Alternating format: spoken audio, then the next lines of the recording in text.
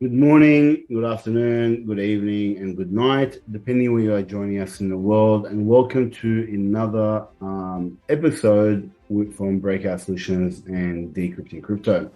My name is Wasim, and I come to you guys every Thursday with a new video about what's happening in the world from the financial stuff. I also sometimes talk about mindset. So I have quite a different topics every week. Now, last week I spoke to you guys, and I had an episode around what is happening around the world in terms of de-dollarization and the decline of the US and the USD hegemony. Now, what I want to speak to you guys about today is the upcoming CBDCs. Now, I have done a video about this in the past, and some of you may have already seen it, but I want to get an update to you guys about what's happening in the CBDC realm right now, because I think it's very, very important. Over the past, in March, what are we now? We're in the middle of April. Over the past 6 weeks or so, a lot of changes have happened, including what's happened with the collapse of the banks, the announcement of the Fed now coming out, and that has caused a lot of havoc over in America. What is the Fed now? Is this a new CBDC that's going to be enforced? What are the implications of CBDCs and whatnot? So the whole CBDC discussion has been reignited, and it's not something that we stop talking about anyway. So let's go into a little bit more detail on this and talk about what is the CBDC. But first of all, I want to talk to you guys about what CBDCs are, what FedNow is, and what the future could be. So first of all, the FedNow is a payment system that's been launched in July of this year, so in a few months from now. And this will be an instant payment system that will allow banks to transact and settle transactions instantly, 24 hours, 365 days a year. Now, what do you know that this already? Bitcoin was the first one to do this. Bitcoin and Bitcoin's blockchain was the first one to have instant transactions and instant verification and settlement and true settlement. Now, even now, like we have things in Australia like OSCO and other so-called fast payment systems, but the reality is they don't actually happen for another 3 to 5 days. So even though if I send you payment, like here in Australia we've got the OSCO payment, even though I send you that payment, that money doesn't go into your account directly. It just shows up in your account. But it takes 3 to 5 days for the actual settlement to happen behind the scenes, which we don't see. So they've put a cover on the front, saying, okay, well, this will show up in the account, but their settlement takes about 4 or 5 days. But with the FedNow system, settlements happen instantaneously. So it happens 24 hours, 365 days a week. And this has brought up a lot of questions about it, and we're going to address that. So that's what the FedNow system is, and we'll get back to that in a little while. But let's talk about what a CBDC is. So a CBDC is a digital form of fiat currency. Now, it could be blockchain, doesn't have to be blockchain, but basically it's a digital form of money. It's issued and regulated by the central banks and is programmable. And we're going to talk about that because that is a big part of CBDCs and why CBDCs are so dangerous. And they can be used to track surveillance. And we're going to talk about that also. Now, where are the CBDC development right now around the world? Right now, we've got about 114 countries that are already developing CBDCs. Australia on its own has about 14 projects that we're working on CBDCs. In America, they've got 2 CBDC projects happening at the moment, basically signed off by Biden's Executive Order 14067, which basically said that to lay the groundwork for the CBDCs. Let's look at cryptocurrencies, but also lay the groundwork for CBDCs. Now, this was then we've got 2 projects happening in America. We've got Project Cedar, which is launching and looking at wholesale CBDCs. So this is the CBDCs that will be used by government to banks and between banks and institutions. And then you've got another project called Project Hamilton happening in America, which is looking at retail CBDCs. So retail CBDCs is what the average person will be using when you go to buy something, when you go to, you can pay your bills, pay your rent, pay your mortgage. They will be retail CBDCs. And the hostile CBDCs will be what the institutions and the banks will be using. Now, so this is now a brief explanation of what CBDCs are and why governments are looking at implementing them. Obviously, the traditional financial system is very slow. It consumes a lot of energy. It takes a lot of time to do things, and they're starting to realize that they need something better and faster. So one of the ways that they're going to really be pushing CBDCs to the public is that it's better, it's faster, and it's better for the economy and whatnot because of the faster payments, the faster settlements, and so forth. But the question is it really that? Is that really the main benefit, or is there an underlying agenda? What we've seen over the past few years, trust in governments is an all-time low because they have been found to lie over and over and over again. And will they be using CBDCs to control the masses, invade our privacy, as well as have 24-hour surveillance on us for what we're doing, what we're buying? And that's what I want to discuss with you guys today. So first of all, what most people do not realize is all the money in the financial system right now, only 3% of it is actually cash. So if there's $1 million in the financial system, that means there's only $30,000 of that $1 million cash. So we are already in a digital economy. Our dollars are already a digital bank currency. They may not be a central bank digital currency, but they are a bank digital currency. So already when you're looking on your bank account, when you're looking at your bank account, your my ANZ or my Commonwealth or whatever banking app that you have with your bank, and you see those numbers on there, those numbers do not represent real dollars in the vault somewhere. They are just imaginary numbers, or just numbers on the screen that are created by the bank. So we already are using a bank digital currency when it comes to that form, and people don't really understand this. So, and also what's happened over the past 10 years or so, and why central bank digital currencies are so dangerous, is because what's happened over the past 10 years or so is, there has been, and we see this really what happened over the past 6 weeks with, Signature Bank, Silvergate Bank, and Silicon Valley Bank all collapsing. There's an attack on these smaller banks. They're looking at, these smaller banks are being attacked.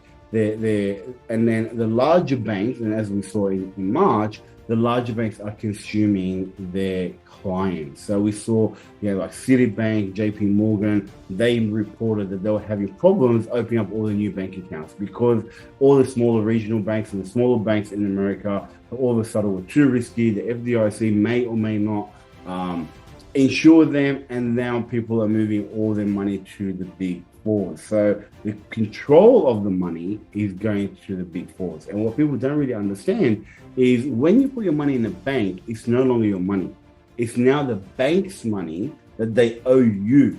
Okay. And over the past 10 years, we've seen about 10,000 banks in America shut down, about 5,000 banks in Europe shut down. And these are all the smaller, credit unions, smaller banks, regional banks and whatnot, because they want all the control to be in the larger banks, the big four. And we see this happening around the world.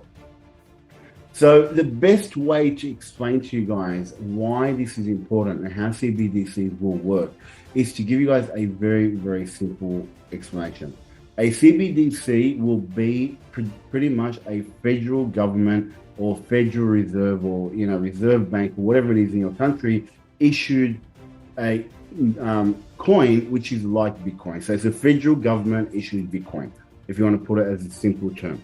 So it'll probably be on the blockchain. It'll work the same way as Bitcoin does. It'll have all the characteristics of Bitcoin in terms of technology, but it'll have one very specific difference to Bitcoin, and that is the fact that it is centralized. That means one organization or a few people, a few hundred people, whoever is at the head of the snake is the one's going to organize, is going to dictate what happens with that token and that coin. So it will have all the advantages of the speed, etc., but it will have the disadvantage of being controlled by a single organization. And this is where the biggest difference between CBDCs and Bitcoin. Bitcoin is completely decentralized. There's no CEO for Bitcoin. There's no single person who controls the code and changes the code. There's people that have tried to change the code, okay, but the difference is with Bitcoin, there has to be consensus amongst all the developers. And these developers are from all over the world. They all have different ideologies, they all have different belief systems, they all have different views on life. So they all have all of that, but what they do have in common is that they want a decentralized monetary system that no one controls. So if somebody suggests something that goes against the ethos of Bitcoin and what Satoshi Nakamoto had in his white paper originally, then the rest of the group may all vote on that. And if it doesn't go with the ethos, then it won't go through, the changes won't happen. And and we see that has happened over and over again. That's why you've got things like Bitcoin Cash. There's another one, I can't remember what it's called. There's a couple of forks from Bitcoin who go, you know what, we don't care about the main Bitcoin. We're going to create and change the code ourselves. And they do that. They create a completely different coin, a completely different line, completely different chain. And we've seen them, they have failed over and over and over again. Okay, so that's the biggest difference. Now, the other thing that people don't realize is with the CBDCs, because it is programmable money, and because this money is also now in the hands of governments, and they can program the money, they can do so much with it. They can dictate what you buy, where you buy, the time you buy. So, for example, I'll give you guys an example of this book, right? So this book is called The Creature from Jekyll Island, and this book talks about how the Federal Reserve was created, who was created by, all the evil that the Federal Reserve has done, and everything. It's a big expose. It's a 670 page book that goes through all the problems with the Federal Reserve. Now, hypothetically, the government doesn't want to buy that book anymore. You've got your CBDCs, you go there, you want to buy this book, and they say, nope, you can't buy this book. Okay? Now, you might go want to find something else, more information the government doesn't want to find out. You might be digging into some things that the government doesn't want to dig into. And then all of a sudden, when you try to purchase something, you're buying a book here, you're buying a membership there, you're buying you're buying access to something here, whatever it is. They start now to have a profile about the type of person you are from the things that you buy.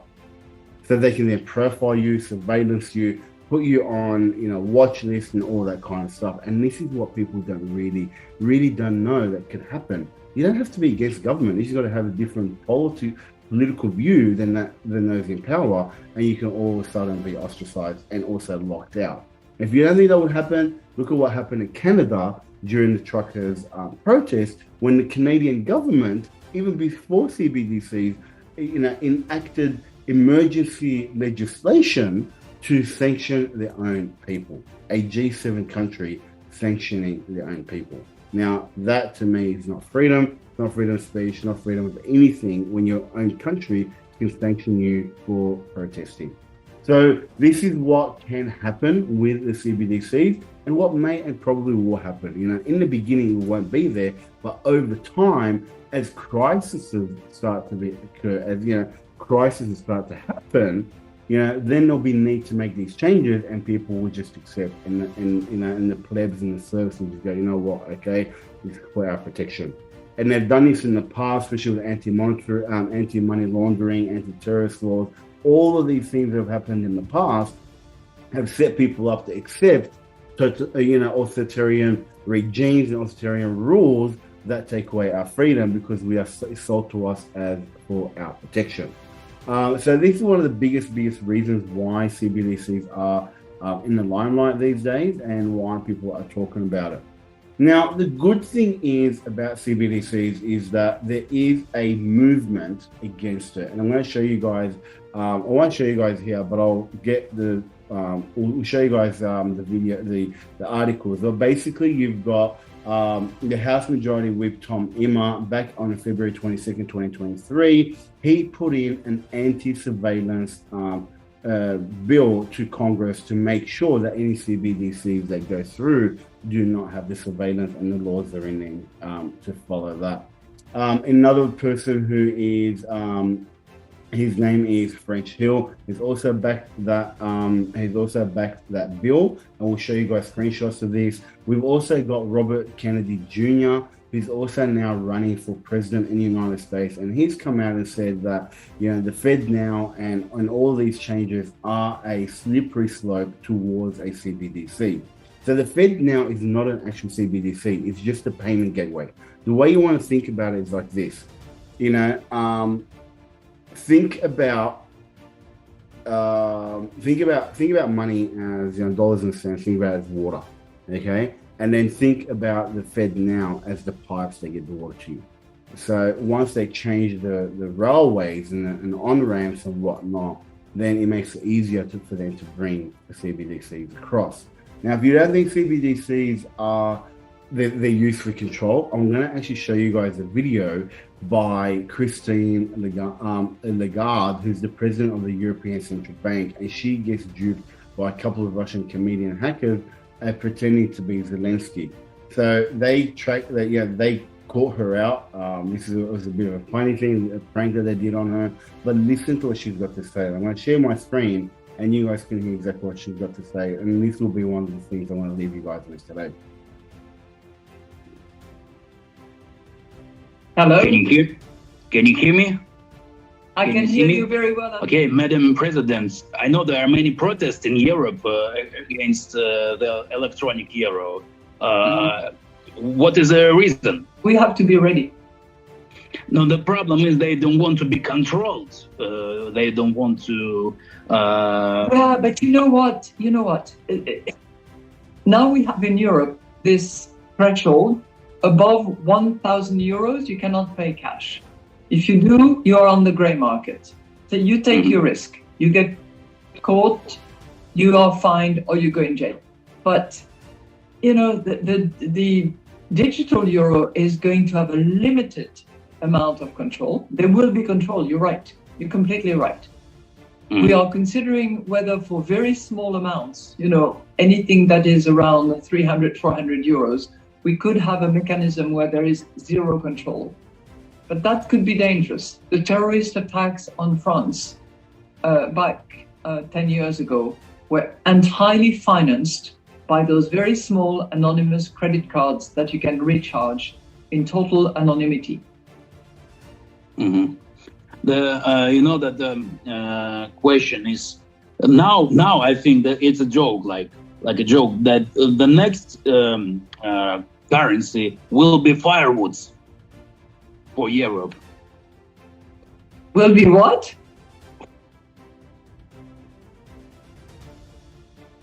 So as you can see there, these were a couple of hackers / comedians who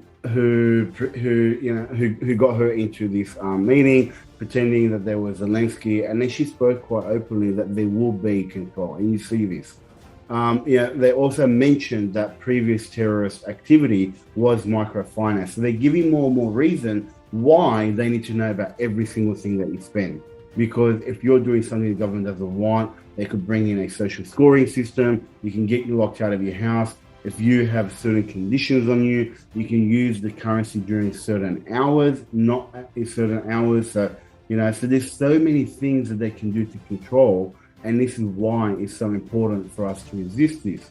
Now, in Australia, there have been petitions that are happening, and I highly, highly recommend you look into what can you do in your local area to make sure that if there is a CBDC coming, the laws are in place for you and your state where this control cannot be enforced upon you. That's it for me, guys. And see you guys next week with another video. Until then, as I always say, stack sats and stack banks. As always, stay crypto and peace out.